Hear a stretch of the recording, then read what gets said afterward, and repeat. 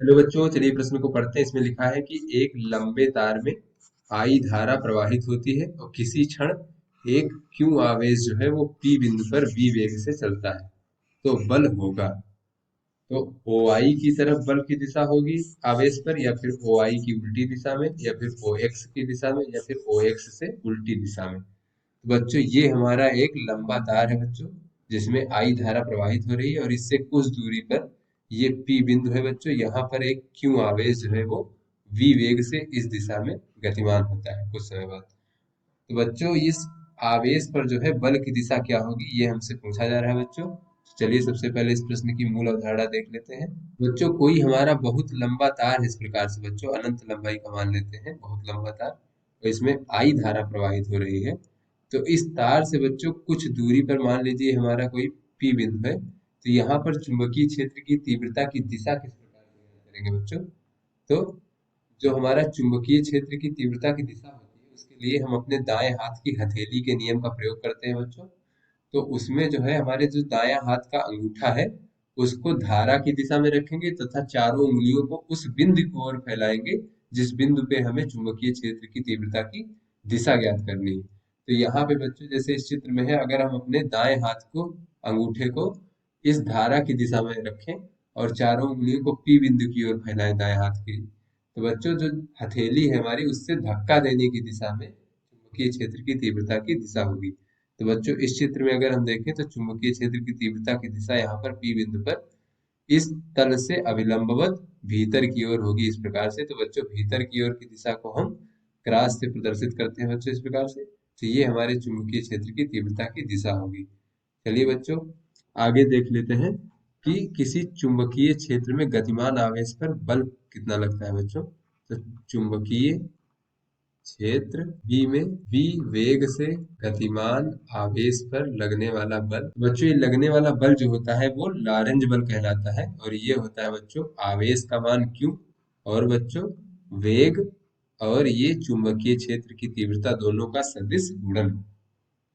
तो बच्चों यहाँ से ये जो लगने वाले बल की दिशा होती है इसकी दिशा ज्ञात करने के लिए हम ये जो वेग और ये चुंबकीय क्षेत्र की तीव्रता है दोनों के जो सदिश गुणन की दिशा होगी वही ये हमारे लगने वाले बल की दिशा होगी।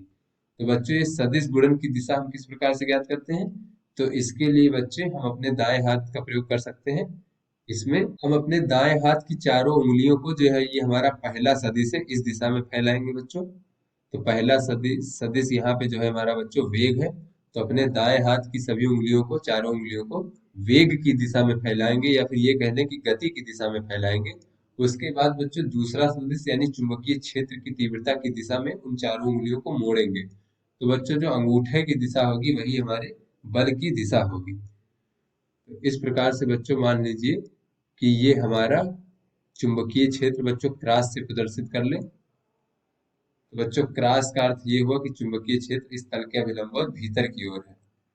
तो यहाँ पे बच्चों अगर हमारा वेग की दिशा इस प्रकार से हो तो हम बच्चों अपने दाएं हाथ की उंगलियों को इस प्रकार से इस वेग की दिशा में फैलाएंगे बच्चों, फिर उसके बाद इसको चुंबकीय क्षेत्र की दिशा में मोड़ेंगे। तो बच्चों चुंबकीय क्षेत्र की दिशा इस तल के अभिलंबवत भीतर की ओर है। तो बच्चों हमारा हाथ कुछ इस प्रकार से मुड़ेगा, अपनी उंगलियों को इस प्रकार से बच्चों मोड़ेंगे हम। तो ऐसे में बच्चों जो अंगूठे की दिशा होगी वो हमारे बल की दिशा होगी। तो बच्चों ये अंगूठा ऊर्ध्वाधर ऊपर की ओर है तो हमारे बल की दिशा कुछ इस प्रकार से हो जाएगी, इस आवेश पर लगने वाले बल की दिशा।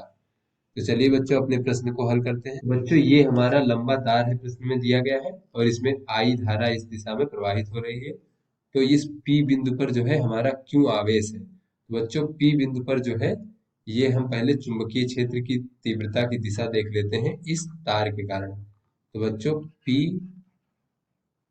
बिंदु पर तार के कारण बच्चों चुंबकीय क्षेत्र की तीव्रता B की दिशा ज्ञात करने के लिए बच्चों हम दाएं हाथ की हथेली का नियम का प्रयोग करेंगे।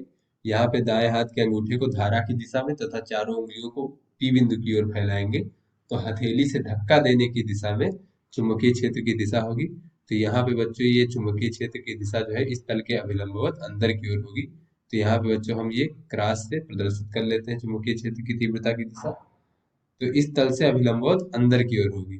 तो बच्चों ये जो हमारा वेग है इससे ये अभिलंबवत अंदर की ओर होगी, और वेग की दिशा बच्चों, आवेश के वेग की दिशा इधर है। तो बच्चों गतिमान आवेश क्यू पर बल की दिशा। तो बच्चों ये गतिमान आवेश जो है ये चुंबकीय क्षेत्र में गतिमान है, तो इस पर एक लारेंज बल लगेगा।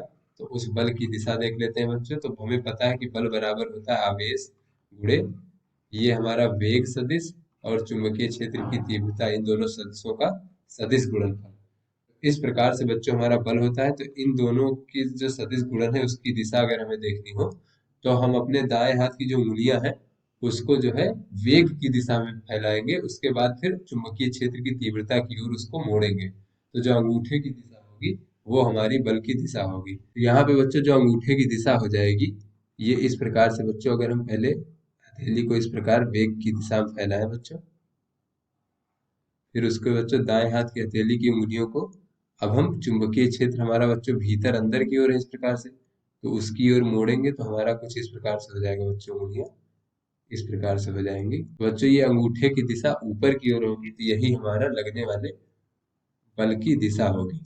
बच्चों लगने वाली बल की दिशा जो होगी वो कौन सी होगी, हमारा ओ आई दिशा में होगी। तो हमारा जो सही विकल्प है वो कौन सा हो जाएगा, तो हमारा बच्चों ए विकल्प जो है वो सही विकल्प है कि ओ आई की तरफ जो है वो लगने वाले बल की दिशा होगी। तो आशा करते हैं आपको समझ में आ गया होगा। धन्यवाद।